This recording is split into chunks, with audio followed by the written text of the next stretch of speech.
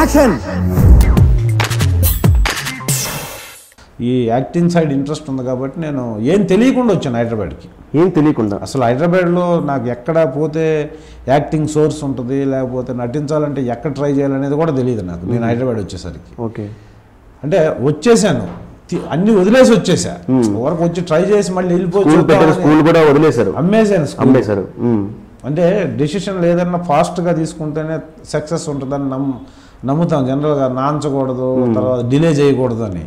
అందుకోసం అని ఇంక లేట్ అయిపోయింది ఇప్పటికే అని చెప్పేసి టక్మన్ అది నా దగ్గర పనిచేసే వాళ్ళకి ఇచ్చేసి అది మొత్తం వైండ్ అప్ చేసి ఆ డబ్బులు తీసుకొని వచ్చేసాను హైదరాబాద్. కదా ఏం తెలియకుండా ఎలా వచ్చారు ఇండస్ట్రీ అంటే?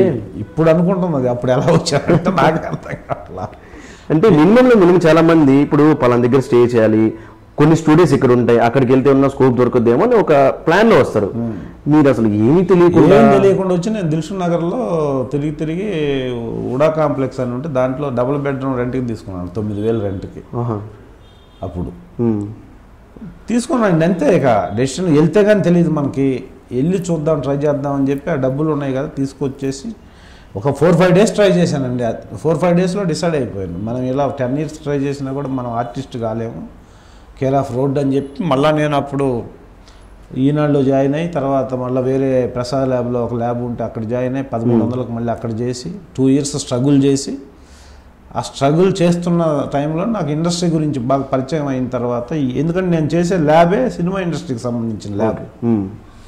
ఇప్పుడు ఆర్టిస్ట్గా ఉన్న నాగినేడి గారిది ఆ ల్యాబ్, ప్రసాద్ ల్యాబ్, మర్యాద రామన్లో ఆయనది ఓన్ ల్యాబ్.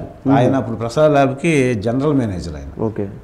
సో ఆ ల్యాబ్లో నేను మేనేజర్గా 2 years వర్క్ చేసి ఇండస్ట్రీలో అందరూ పరిచయం అయిన తర్వాత నాకు డైరెక్ట్గానే సీతారామరాజు అనే సినిమాలో వైవిఎస్ చౌదరి గారు 2వ మూవీలో నాకు ఛాన్స్ వచ్చింది. అంటే నేను ట్రై చేస్తున్నాను అంతకుముందు. ఆ ఛాన్స్ వచ్చిన తర్వాత నేను మా నాగినేడి గారికి చెప్పి ఆయన సపోర్ట్తోనే మానేశాను. నేను మానేసి 98 సెప్టెంబర్ అండి 13వ తేదీ అది ఫస్ట్ డే షూటింగ్కి వెళ్ళాను. దానికి 250 రూపాయలు పర్ డే నాకు రెమ్యునరేషన్. ఓకే. సో ఆ రోజు నుంచి ఈ రోజు వరకు నేను ఇంకా వేరే పని చేయలేదు, వేరే ఇన్కమ్ లేదు, ప్లస్ ఆర్టిస్ట్గా ఎందుకు అదన్నీ మానేసి వచ్చాను అనుకున్నది ఎప్పుడు లేదు. అలా కంటిన్యూ 195 మూవీస్ వరకు వచ్చిన తర్వాత యాత్ర చేశాను. ఈ మధ్యలో దిల్లు, లక్ష్మీనరసింహ, యజ్ఞం, చాలా సినిమాలు ఉన్నాయి, హిట్ సినిమాలు చాలా చేశాను. వాటన్నిటి రిఫ్లెక్షను మనకున్న పేషెన్స్ అనుకోవచ్చు, లేకపోతే టైం వెయిటింగ్ అంటారు కదా ఇండస్ట్రీలో, ఓపిక ఉండాలంటారు కదా. ఓపిక 20 సంవత్సరాలు ఓపిక అండి ఇది. Subscribe to Friday Poster. Subscribe to Friday Poster. Subscribe to Friday Poster. Subscribe to Friday Poster. Subscribe to Friday Poster. Subscribe to Friday Poster. Subscribe to Friday Poster. Subscribe to Friday Poster. Subscribe to Friday Poster. Subscribe to Friday Poster. Subscribe to Friday Poster for more interesting updates. Subscribe to Friday Poster. Friday Poster. Chala thanks.